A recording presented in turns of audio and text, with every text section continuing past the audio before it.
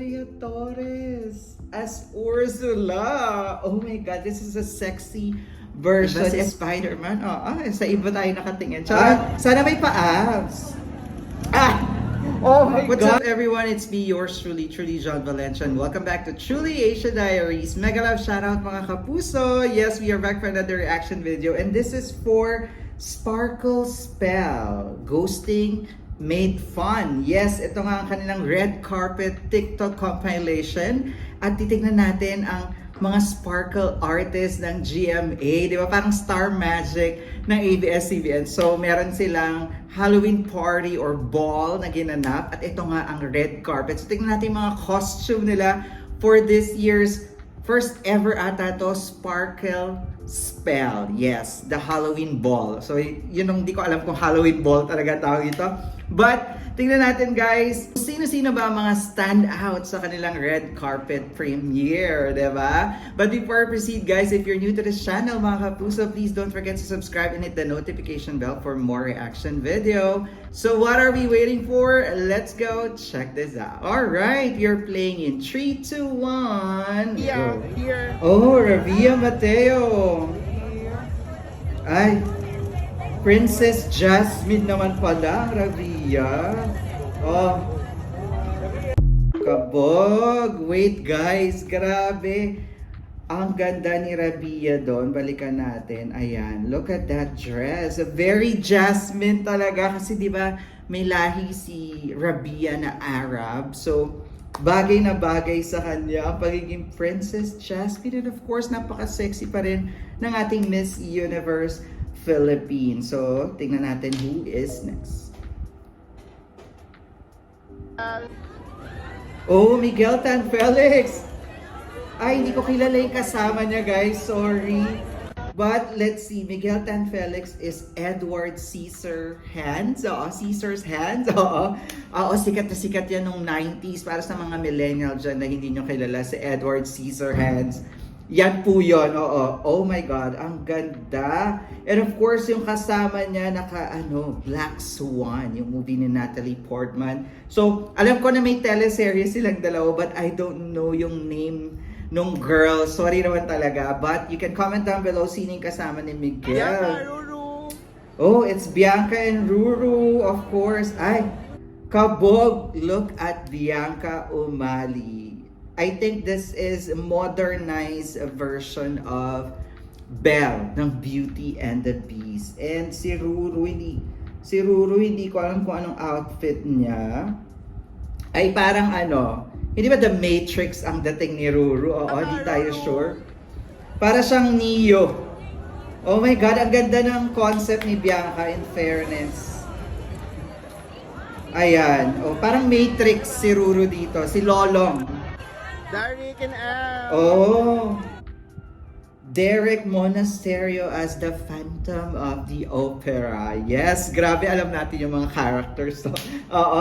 At hindi ko rin kilala yung girl. Sorry po. Sorry talaga. Hindi ko sila kilala. But she looks great. I think, yung concept nila yung Phantom of the Opera, yung ka-partner na girl doon. Oo. In fairness kay Derek, oh my God, Andrea Torres as Ursula. Oh my God, this is a sexy version. Ito po, si Andrea Torres, siya si Sisa, diba? Sa Maria Clara at Ibarra. Oy, mga kapuso, nanonood po tayo niyan. Yes, I'm a kapamilya, but I'm watching Maria Clara at Ibarra kasi ang ganda. Alam mo yung parang bayani dati, diba? Ng mga kabataan natin, meron yung program na tinatawag na bayani.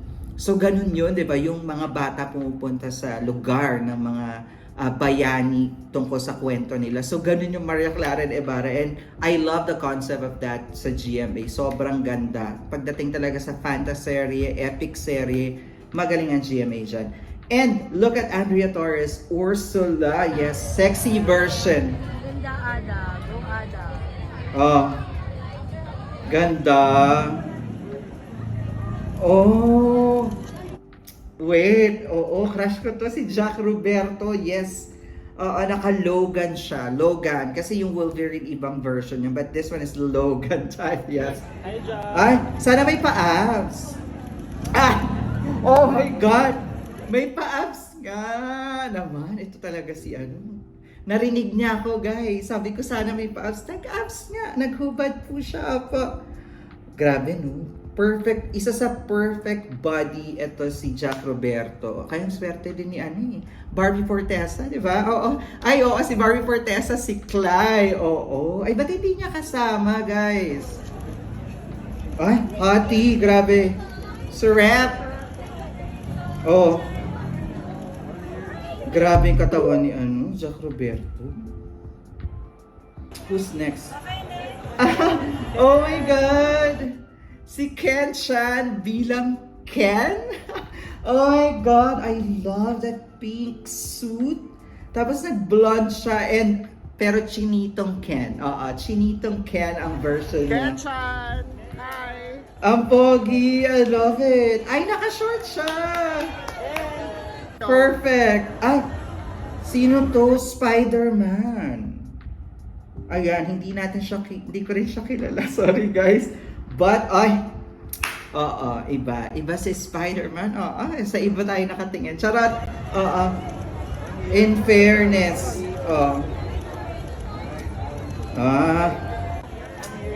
Jeric!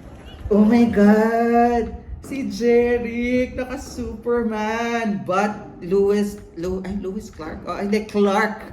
Oo, naka-Clark muna siya. Clark Kent. Oo. Tapos nakabukas lang yung shirt showing the S, di ba? Parang ito yung pa-transform pa lang si Superman. Grabe, ang pogi ni Jeric, ah. Napapanood ko naman siya sa Startup PH. Oh, di ba? Dami ko alam ng mga primetime bida. Ay, primetime bida. Sorry, telebabad pala ang tawag niyan sa GMA. Opa! Ay, opa. Ang pogi. In fairness, ang ganda ng concept. Hi, Luke! Hello! Oh, look, Conde. Anong outfit Look niya? here! Ay, look here. Oo. Ah, yung sa Netflix, Sandman. Oh, diba? In fairness kay Luke, oh. Ay, si ano to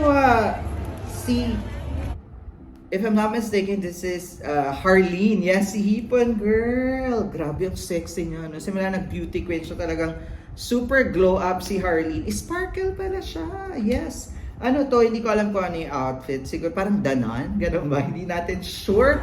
But she looks stunning here. Ay, grabe duguan.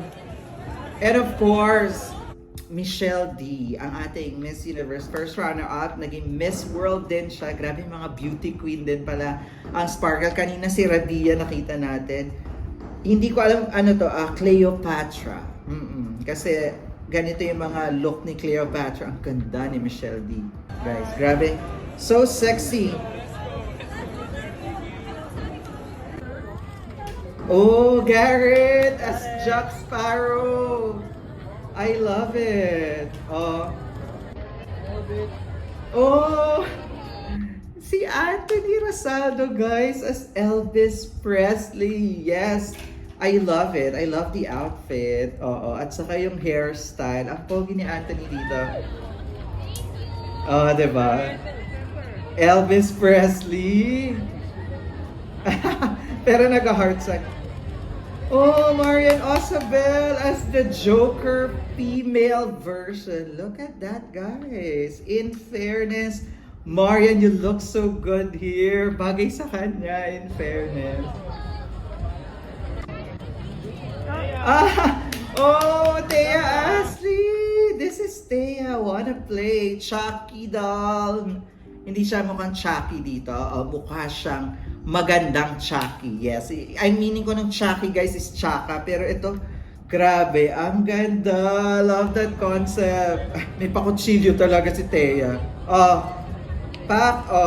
Jessica! Here! Jessica as Christina Aguilera sa Moulin Rouge. Grabe, ang perfect. Kaya lang, guys, nag-react tayo sa Station ID lyric video. Wala si Jessica. Na-realize ko lang after namin i-film na parang kulang ang queendom doon. Bakit po wala si Jessica? May sakit ba siya? Or something happened? Or hindi talaga siya nasama sa list of artists? You can comment down below. My God, I love this outfit! Bravo! Ang ganda! In character. Ooh, Raver Cruz as the Riddler from Batman. Oh, diba? Ba't hindi niya kasama si Julianne? Here, Oh, of course, Rojun as Two-Face. Grabe, ang galing na concept ng magkapatid. Mga villain sila.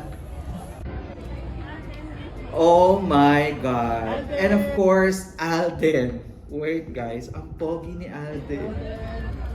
Oh my God! Ay, si ano to? If I'm not mistaken, this is Final Fantasy. Sino nga ba yung bida? Si Squall, yes! Oo, batang 90s, alam na alam yan. Pero parang din yung sa Mobile Legends, di ba? Yung may malaking espada doon. But I think this is Final Fantasy kasi nung 90s sikat yan eh. Oo. Ang gwapo ni Alden. Oo, sa Startup PH din siya. Oh my God, ang pogi! Bagay na bagay. Oh. In character. Ay, yun na. Yes. There you have it, guys. That is the red carpet premiere ng Sparkle Spell, the Halloween ball sa GMA Artist. Oo, grabe. Ba't wala sila Julian? Oo, siguro hindi lang na-compile. But grabe, iba ang mga pasabog nila this Halloween, especially Alden and yung mga Queendom divas natin. Ang ganda. I love it. And the Kingdom also is here and the Beauty Queens.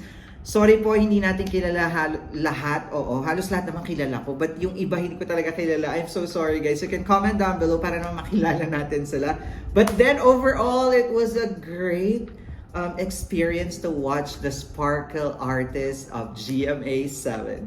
Alright, that's it about our reaction for today. If you enjoyed this reaction video, please don't forget to give it a thumbs up. And if you're new to the channel, please do subscribe and hit the notification bell. Once again, my name is John. This is Truly Asia Diaries. I'll see you on my next one. Spread happiness, guys. Bye for now. You